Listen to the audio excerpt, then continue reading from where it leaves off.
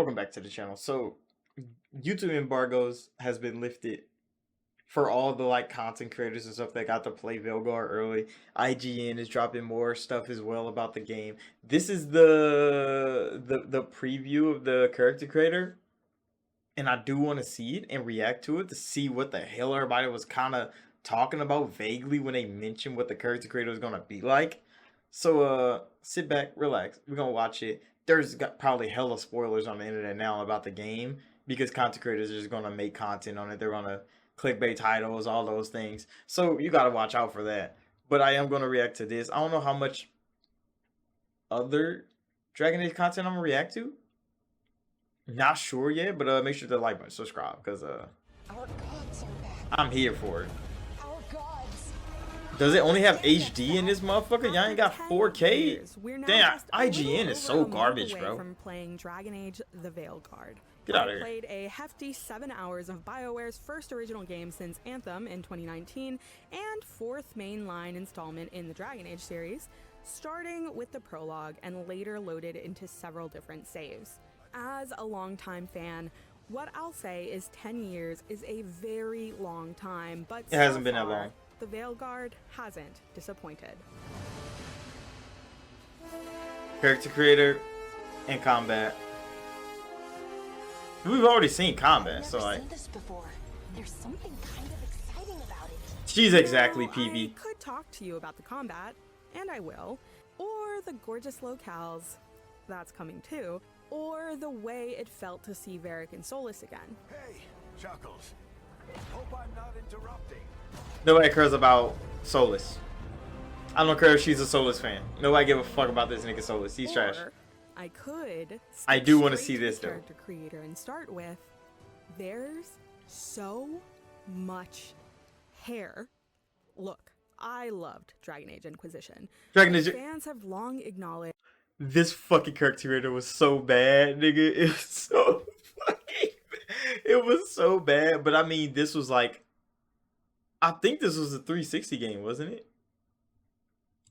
The limitations of its character creator. The Veilguard blew me away in that regard.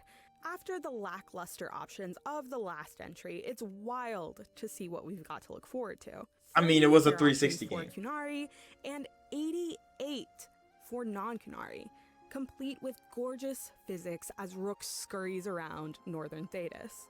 So many different hair textures are represented, whether you'd like totally straight hair, 2B waves, or 4C curls.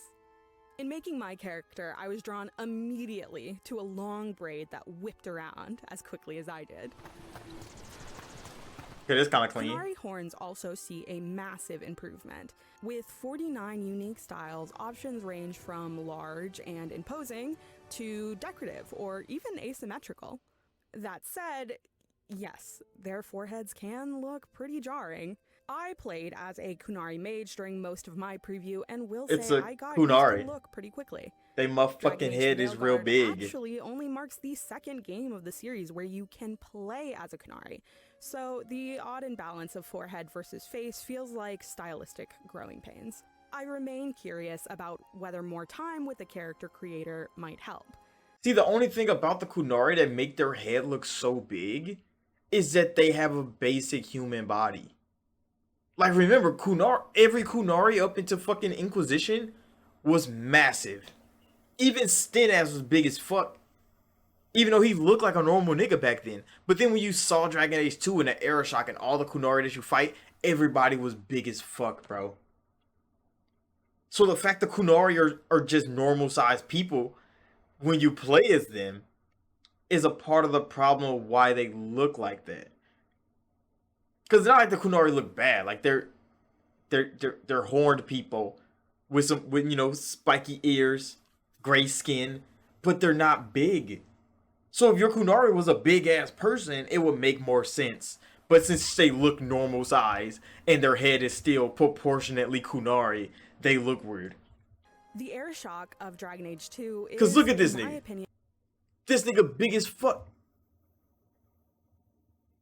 This nigga's head's big, his body's big, so proportionately it would look like this. And his horns were massive. But I mean, he used the air shock. Every other Kunari just looked basic as hell. but they still were big as fuck. In such a beautifully crafted model.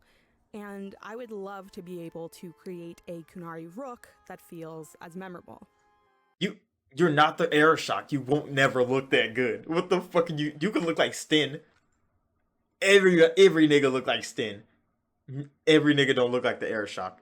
You can't just be like, oh, I want to look at their. No, nigga, you're never gonna be there. No, fuck that. Customization certainly doesn't stop at hair, or horns, of course. Every aspect of your rook is editable, even allowing for facial asymmetry if you choose. Sliders allow you to change everything from head shape to the melanin in your skin to the presence of vitiligo. Perhaps my favorite addition, however, is the introduction of body diversity. Cyberpunk 2077 and Baldur's Gate 3 had whiffs of this, but nowhere near. Baldur's Gate 3 Character Creator was fucking garbage. I modded the fuck out of this game to do more. This Character Creator was absolute ass. There's no way they bringing this outside of like the character class subclass thing. This side of it, the character creator side to make somebody look like something was absolute fucking garbage. Come on now, bro. Y'all can't cap. Not a single fucking person can cap. That character creator was absolute ass. Outside of building your character's backstory and what the fuck they're capable of, making them look like something was ass. What you're capable of in the Veilguard, which is much more similar to the breadth of the character creator in Dragon's Dogma 2. This motherfucking character creator was phenomenal, bro. They released that shit early because they knew niggas was gonna be in a bag. Dragon's Dogma 2 character creator was almost as good as fucking Black Desert. Almost as good as Black Desert. For each of the 4 races, there are plenty of presets to choose from, all with varying heights and muscle or fat distribution. Once you've chosen your preset, however, you can build further upon those elements as much as you'd like. First is a triangulation of coordinates, allowing for many unique combinations of body types that are thinner, larger, or more muscular.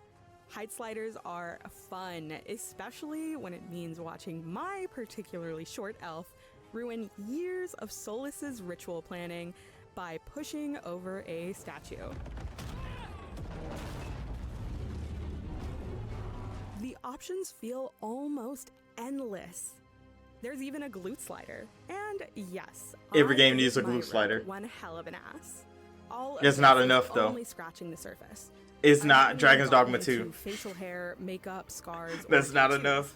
As an elf, my rook sported some Vaseline, but there are so many different designs for both the face and the body to experiment with.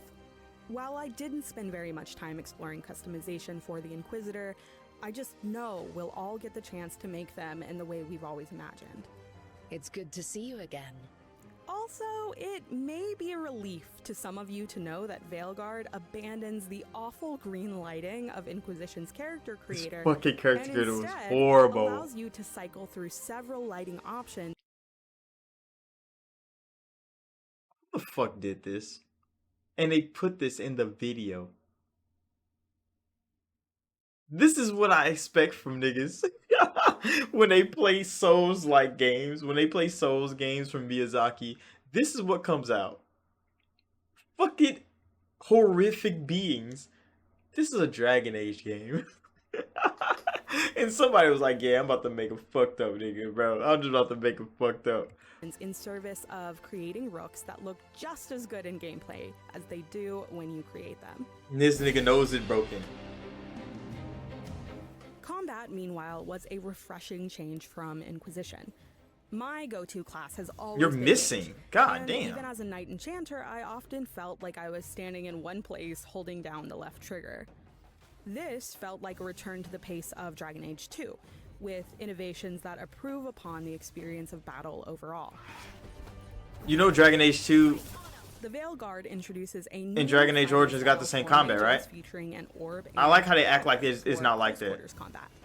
It's tailor-made for players like me who love magic, but also really like to stab.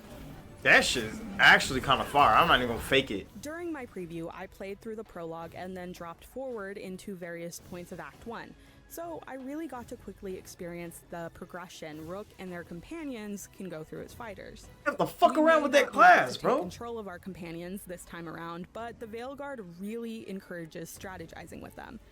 They'll call out to you when they've rebuilt their mana or stamina, and the ability wheel even suggests combos. My focus during the event was mission driven, so I didn't get as much of a chance to interact with the characters as I would have liked, but even the brief moments of banter endeared me to them pretty quickly. It didn't break. You call that nice and quiet? Each class gets its own ultimate ability, think the focus ability, along with a ranged attack. For warriors, that means yeeting your shield like a giant metal. I need to I've fucking always play played Dragon Age warrior. for story and not combat, but with this new system, I had so much fun. I felt present during every encounter and truly accomplished after every boss battle. It's a Dragon's Dogma It was combat, bro. That's definitely just a bit fucking of a learning engaging. curve. I still found myself confusing controls a few hours in. I guess It's a mostly it's departure from Mass all three Effect combat. installments, but luckily the Veilguard offers 5 different difficulty levels that you can change at will if you want to ease yourself in. As a Dragon Age fan, the Veilguard felt like a homecoming of sorts. Just as much as seeing familiar faces in Solus and Varric, I was overjoyed to be back in the world of Thedas itself. Moving us north allows for that sense of discovery I got in Inquisition, and if I'd encourage anything, it's to really look at your surroundings.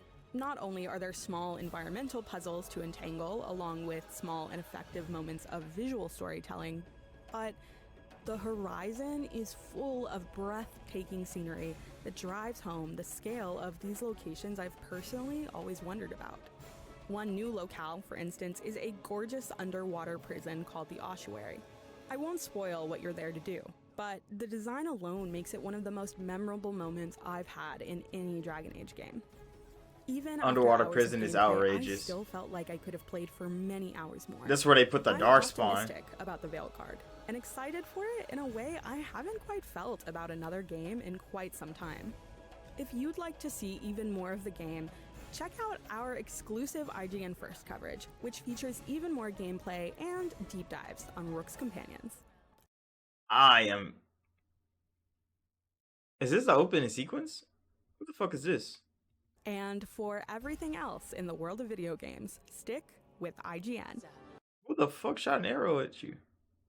What is this? Oh, that is the beginning. Okay. So that's the bar scene that they showed in the cinematic trailer where they were showing everybody. Everybody fucking hated the trailer, even though it was exactly a Dragon Age trailer. Don't know why motherfuckers was upset about that. But that was pretty good. They showed the character creator. They didn't show Hellas. And I like that they didn't show like a whole lot. They showed like, hey, you can customize character. They had that fucked up nigga. And like that's a good little preview from IGN. I can't even be mad at them, bro. I enjoyed that. I hope y'all enjoyed that too. Make sure that like button, subscribe. I did comment on a couple things. Pause the video a couple times. I want to see the bar scene like in full motion. I want to see exactly what the fuck is going on here when they break out and fight. I know Varric starts that shit somehow. He has to be the one that started. But yeah, I'm gonna end this right here. So thank y'all for watching. Like, subscribe if you're new. Dragon Age the Veilguard, bro. It's almost a month out. Damn, nigga. Starfield's DLC, Diablo's DLC, Metaphor, fucking Dragon Age the Veilguard. God damn, nigga. I want to play Space Marine 2 so much, bro. But I'm gonna end this video right here. So thank y'all for watching. Like, subscribe if you're new, and I'll see y'all in the next one.